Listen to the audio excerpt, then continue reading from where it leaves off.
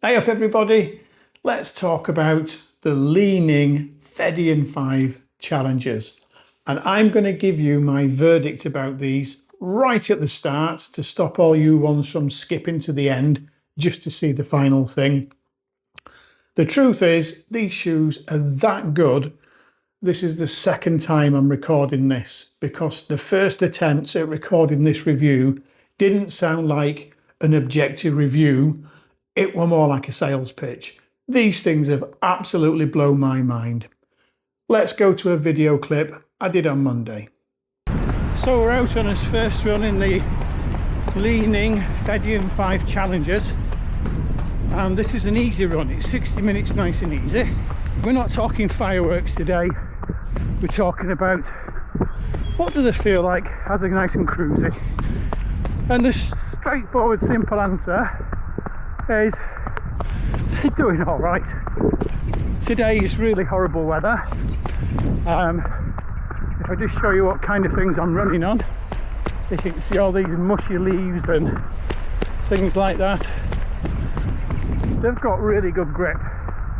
I've had no foot slip whatsoever from the outsole, and the actual upper has got a good lockdown on my foot. That's feeling super comfortable. The actual ride of them on an easy run, it's really nice. What I don't want on an easy run is to feel like I've got marshmallows on my feet, but then again I really don't want anything that's really hard and aggressive, because that's defeating the object. An easy run is an easy run and it's supposed to help me recover. It's not supposed to bash my legs even more. And first impressions, first run, they're ticking the boxes. So let's just explain that. So I'm not going to categorize shoes. I'm not going to be told by anybody what I should and what I shouldn't wear shoes for.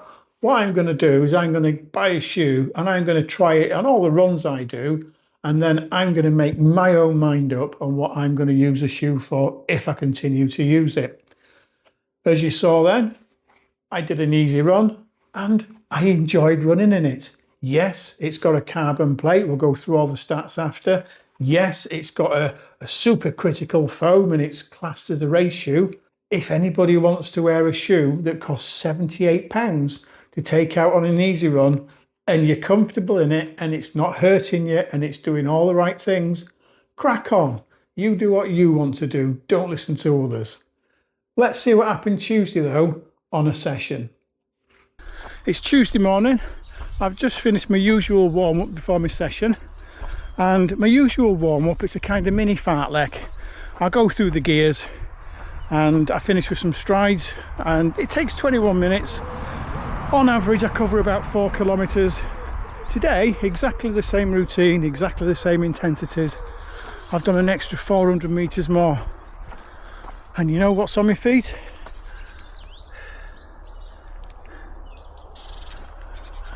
This is going to be interesting to find out if that were a fluky one-off or if these are really just superb shoes.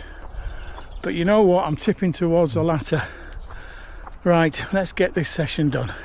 So stepping up the pace on session day, just on the warm-up, I knew straight away that these were absolute dynamite.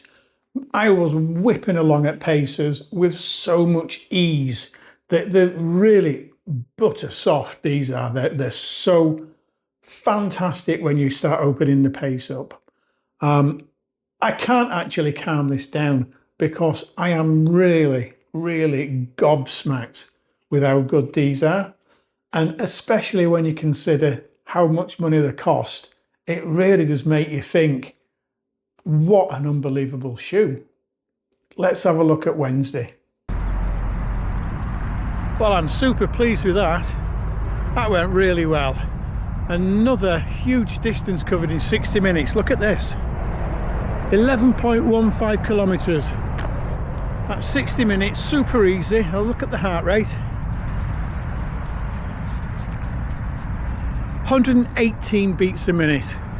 That's bonkers. So there we go. Went out Wednesday on a 60 minutes easy. 118 beats per minute of my heart rate. Super relaxed, just gliding along. What an efficient shoe. The distance I covered, over 11 kilometers. Absolutely mind-blowing. It's just one thing after another.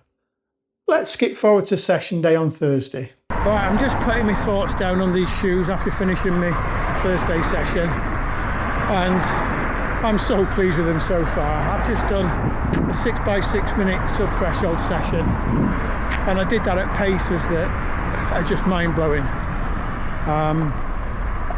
I think I've made my mind up on these shoes already, but there's still a bit more testing to do. I've still got to do the Saturday Parkrun, where I'm going to do an absolute full send, and then we've got the Sunday long run.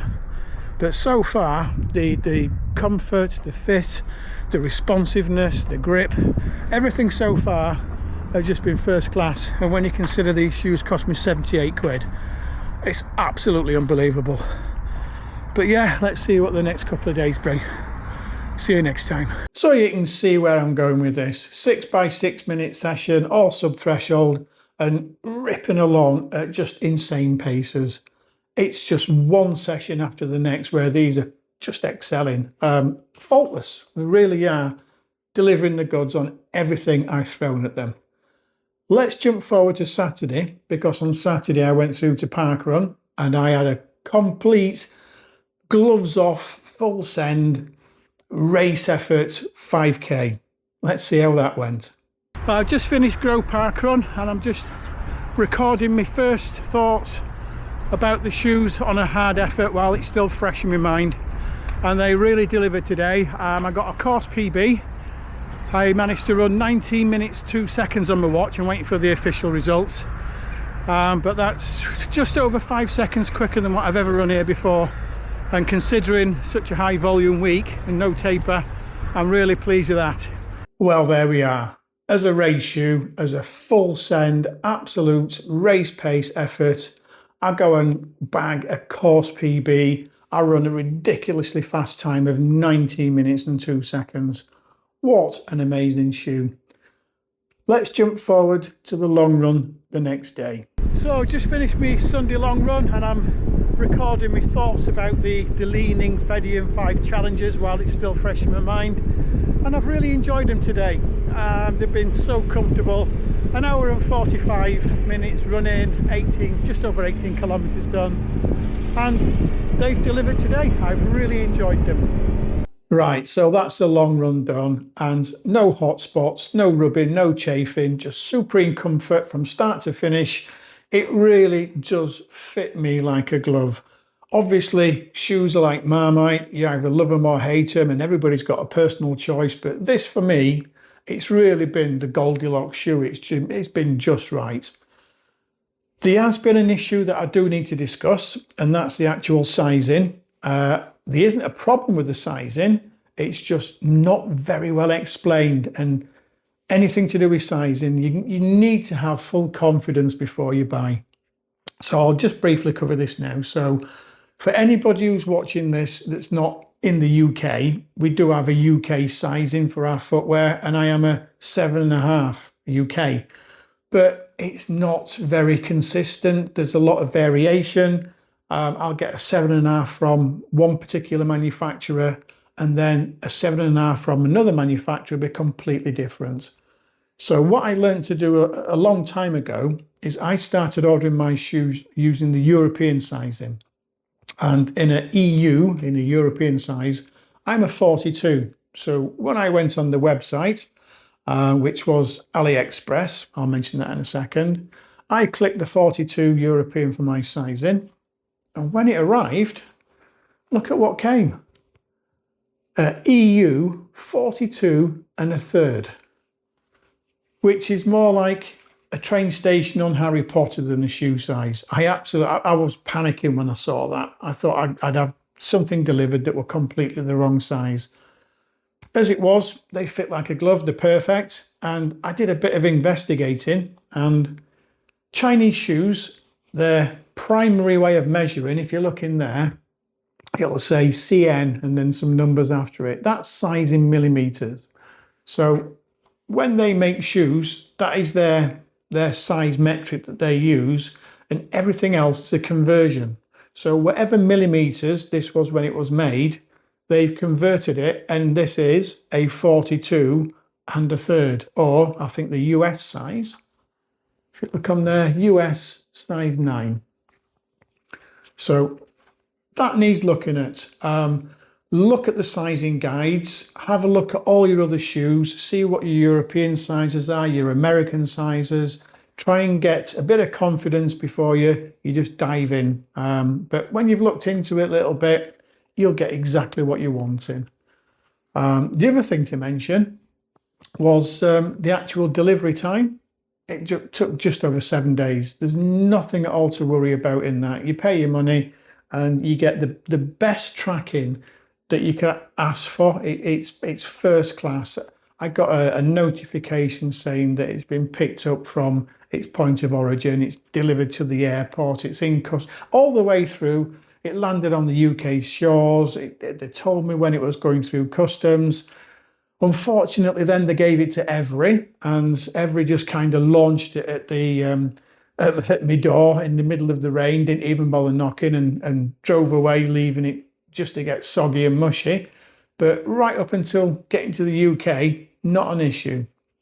That's pretty much wrapping up what I think about it. I really believe for £78, this is absolutely incredible. This is better than nearly all of my shoes. The only two shoes that I own that I'd say are better than this would be my original Alphafly ones.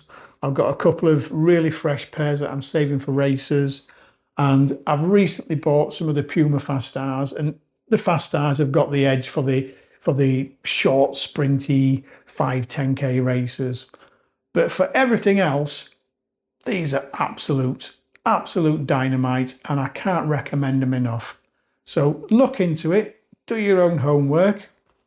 If you've got any doubts of the company Li-Ning, give them a Google. You'll find out that they've been established since 1990 and they're massive. It's only the Western market that haven't heard of them. So from my first shoe review, I can wholeheartedly say that's a banger, and I really recommend that you look into trying it. Civvy.